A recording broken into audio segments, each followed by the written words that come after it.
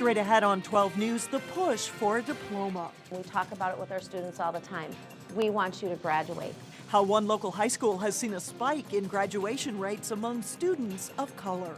Then what can be an expensive crash. We head to an auto body shop to look at car deer collisions. But first, are the Twin Cities tapped out? Not necessarily. See how Plymouth is trying to get in on the craft beer craze. 12 News starts right now. Hello, and thanks so much for joining us. I'm Alexandra Renslow. And I'm Shannon Slatton. Businesses that brew and sell beer all under the same roof are a growing trend in the Twin Cities. And now the city of Plymouth wants a piece of the pie. Tuesday night, the city council took a step forward to make it happen, and Delane Cleveland joins us now with more. Yeah, Alex and Shannon, you can find microbreweries with taprooms in Minneapolis, St. Paul, Brooklyn Center, and other cities around the metro. Next year, odds are likely that you'll be able to add Plymouth to that list. It is a trend. It's popular right now. It's been tested in other communities, so we've already got best practices out there. So I think it's going to be a win-win.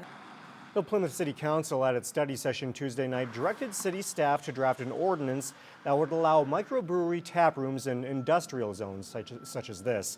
Details of the ordinance still need to be worked out, but council members say the taprooms would have no requirement to serve food, and they would be relegated to industrial zones so as to not interfere with schools or residential areas. So we're excited. No, we don't have anybody right now, but we're at least getting our ordinances up to the current day of changing industry standards and hopefully enticing a business to come in here and open up a brew pub and a brewery, microbrewery, brew pub, or a tap room. Judy Johnson says city staff will spend the next couple of months drafting the ordinance, and the issue will probably come back to the city council for a vote in January. And Alex and Shannon, Johnson says that during their preliminary talks, they were saying that it probably makes sense to have the tap rooms open from Wednesday through Saturday. So we'll see what happens. All right. Thank you, Delane. Yep, yeah, sure. A Plymouth man is charged 20 tax felonies for failing to pay taxes. According to the criminal complaint, 50-year-old Robert Doran ran a lawn equipment business when he failed to file tax returns and failed to pay taxes on employee wages. The Department of Revenue found documents showing Doran's annual income ranged between $135,000 and $398,000. The complaint shows the amount of tax owed is tens of thousands of dollars. Doran allegedly admitted he was behind on taxes and he understood he needed to file.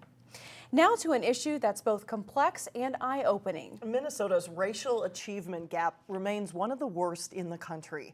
Last year, the high school graduation rate for African American students was 51%. In Minneapolis public schools, it was even worse at 37%.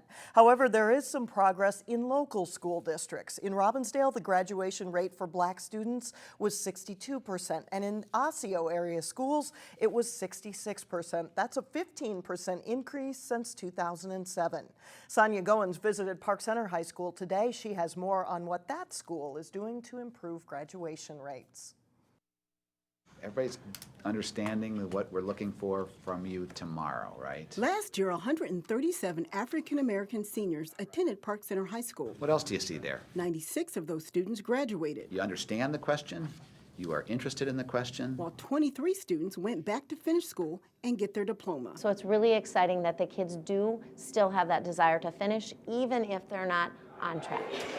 Park Center has several programs to help students reach their goals. You don't have to feel like you have the answer. On Tuesdays and Thursdays, students attend what's known as target intervention. They're assigned to specific math teachers and teachers who work with reading, and again, we work on those specific skills that the kids need to hone in on and improve on. I love math. It's one of my favorite subjects. Math is actually something Gabrielle Odom enjoys. People think they probably think it's really hard work. It's not necessarily hard work, it's just a lot of work. All her hard work is paying off. I'm on track to graduate in the top 8th percentile of my class, I'm ready for this. I'm excited. Gabrielle isn't buying into the stereotype that African-American students can't be successful in school. African Americans, okay, that's me. Females, another thing, that's me, And I think I can be an example that no. African Americans definitely want to get their work done. African American students aren't the only ones benefiting from the curriculum. Other students are also succeeding. This is my second year and I'm in the International Baccalaureate program. Param Janssen says he wasn't always serious about school. but he says his teachers changed that. They kind of pushed me to become a better person and student. Both Param and Gabrielle are planning to continue their education once they graduate. My dream college is to go to Harvard College. I've narrowed it down to 3 choices, which is Indiana, Iowa, and Minnesota. In Brooklyn Park, Sonia Goins, 12 News. Park Center Senior High also uses a special math system called looping. It allows students to retake math courses at a slower pace if they don't do well the first time around. A public relations firm says Brooklyn Park is in the act of becoming something we have never seen in Minnesota. Brooklyn Park's Economic Development Authority approved hiring that firm, Carmichael Lynch Spong, for $150,000. The goal is to brand the city better, but some commissioners question the cost, particularly at a time when the city is $2 million over budget. We don't have $150,000 to spend on this. We're over budget as it is. We've sat up here and we've said we need to figure out how to reduce our costs, and this is one way to do it. I don't think we can afford not to do this. And we'll balance the budget. I mean, we're going to do that. The EDA, which consists of Brooklyn Park City Council members, approved the campaign by a 4-2 vote. Commissioners Gates and Maida were the no votes. Golden Valley-based Buffalo Wild Wings is celebrating a strong earnings report. Third quarter profits soared 67%, well above Wall Street estimates. The company's stock price also reached an all-time high. One reason for the higher earnings? Lower chicken wing costs. Lower corn prices are leading to lower feed costs for poultry. Still ahead, it's that time of year when things can get frightening out on the roads. We'll look at the impact of car-deer collisions up next. And then later in sports, 3 local teams score big wins in the volleyball playoffs. But first, rain remains in the forecast, but we should dry out in time for Halloween trick-or-treating.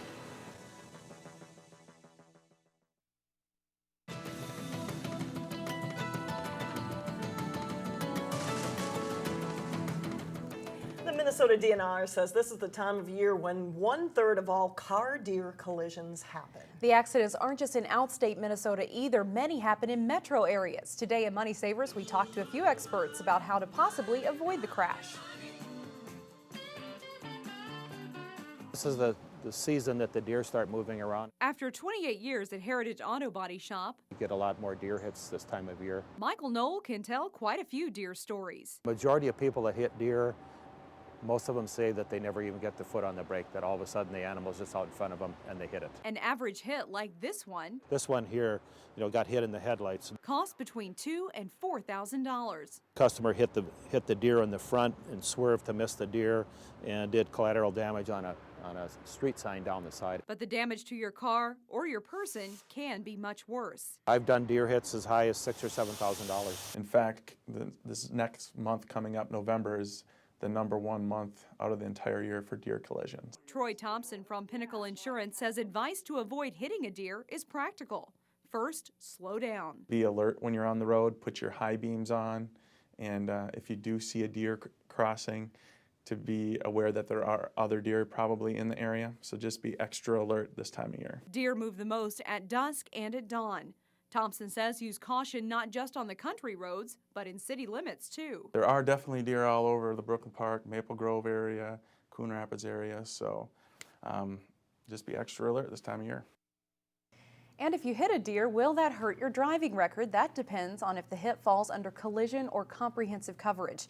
The DNR says you should always call local law enforcement to report a collision.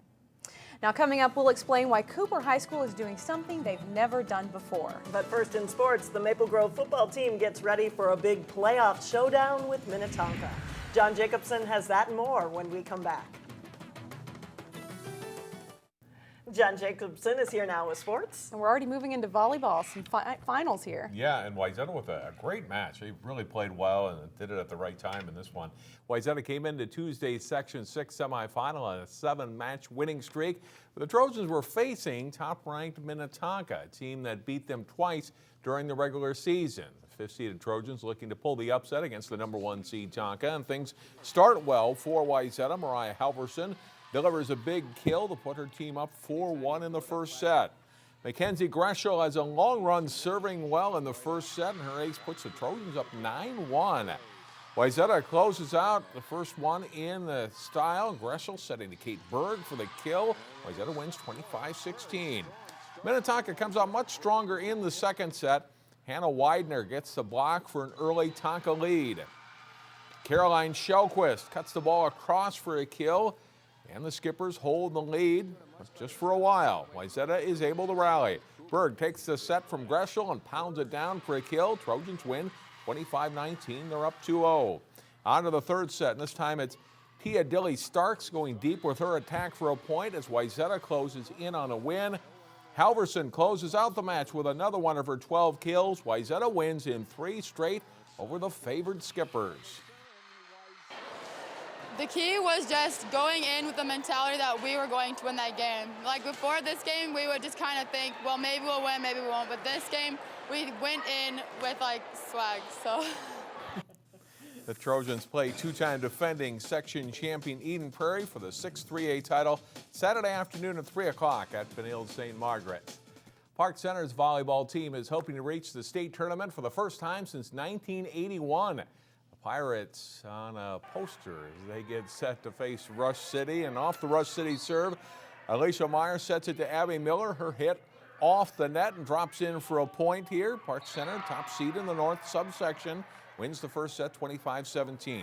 Second set, Bethany Lovehog goes off speed, tipping over the block for the point and an early lead for the Pirates. After a long rally, Park Center goes outside to Jessica Vielander for a kill down the line. Park Center rolls to a 25-9 win in the second set. And then in the third, Lovehog hits it off the block, gets another swing at it and puts it away for the point in a 5-1 lead. And they continue to play well. The set goes to Michaela Hayes. She gets the kill on match point as Park Center rolls to a 25-17, 9, and 10 win. They play again Thursday in St. Michael. In Section 4A, Heritage Christian hosting New Life in the semifinals. Set one, a tight one all the way. Bella Lean with a kill on the slide for Heritage. Abby Gorder answers right back with a point for New Life. Heritage takes this set though. Emily Hunt gets the kill off the block, and the Eagles win 25-23. In set two, New Life builds a lead, but Heritage comes back. Mary Kaysen's kill gets the rally going, and then the block by Lean ties it at 22, and the Eagles win 25-22. The third set is all Heritage. Great dig by Annika Van Oosbree sets up the kill for Emily Torvey. And then Torvey with a perfect back set to Lean, and she hammers it down. Heritage wins 25-13. They advance to the section final against Southwest Christian. That match is Thursday at 5:30 at Flemington Kennedy High School. The prep football playoffs continue around the state Friday night. One of the local games features Maple Grove and Minnetonka. The Crimson comes into the Class 6A section semifinals unbeaten at 9-0. Maple Grove won the North Division of the Northwest Suburban Conference and then beat Anoka in the section quarterfinals a week ago. Minnetonka eliminated Maple Grove in this round of the playoffs a year ago. Crimson is looking not only for a win to extend its season, but one against an established football power. It's fun to have them here. I think, like I said, they're a reputable program. Dave Nelson has done a great job for years over there, and like I said, there's someone who kind of knows how to get it done. So anytime they come here, that's great for our school to see, great for our kids to see, and we're looking forward to competing with them. It's a big game for us. Good win for the program if we get it. Like conference is always known for being a good team, so it'd be a nice win if we pull it out. It's going to be a good game. They're a good team, hard-nosed kids. You know, we played them last year. We lost that game, but we're feeling confident going to this game. Kickoff is at 7 o'clock Friday night. We'll have more on the Osseo Prior Lake, Wayzata Tutino Grace, and Benilde St. Margaret's De La Salle games Thursday starting at 4 here on 12 News. A busy night for football, a great night coming up on Friday. They need to go in like swag, just That's what right. the player said, right? Absolutely. All right, thanks, John. In local vote 2013, 2 more council candidates in Golden Valley. Candidates Andy Snope and Larry Fonnest are among 9 people running for 2 seats on the council. Hi, my name is Andy Snope. I am a 15-year resident of Golden Valley and a candidate for City Council. Our city is a great community to live in.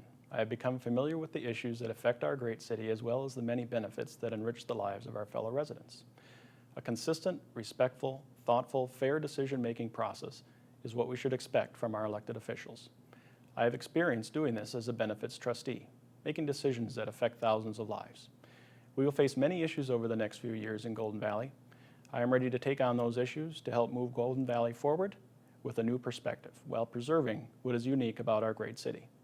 You can find out more about me and where I stand on the issues on my website at andysnope.com. Hello, I'm Larry Fonnest, and I'm running for Golden Valley City Council. I've made Golden Valley my home for 17 years. It's a wonderful city, and I'm committed to making it even better. I value open, responsive, and accountable city government.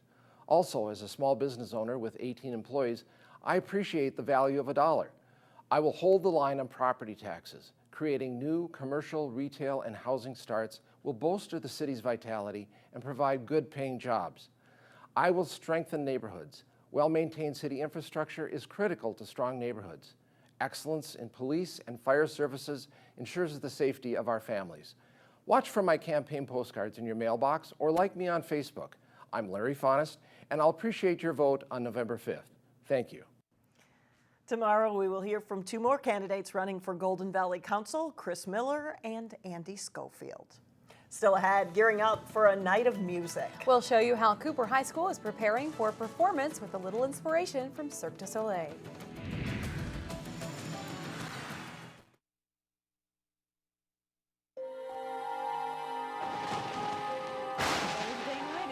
Ghosts and goblins will go out trick-or-treating. There are a few quick safety reminders for parents from Golden Valley Police. Consider putting small pieces of reflective tape on your child's costume or their goodie bag so cars can see them. You can also have your child carry a flashlight. Also, set a time limit or map out the route so you'll know where they'll be. And of course, check out the treats at home. It's always best to eat candy in their original wrappers. And finally, Cooper High School is gearing up for a moving night of music.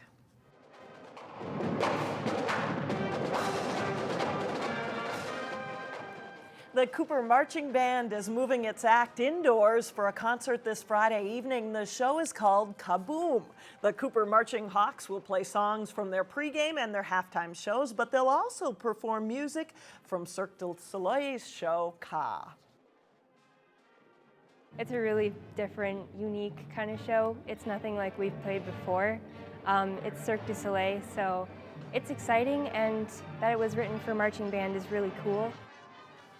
All proceeds will support the group's first ever band trip. They'll be going to Florida in December. That's a nice place to be in December. Exactly. That does it for us. Thanks so much for joining us. Community Corner's coming up next.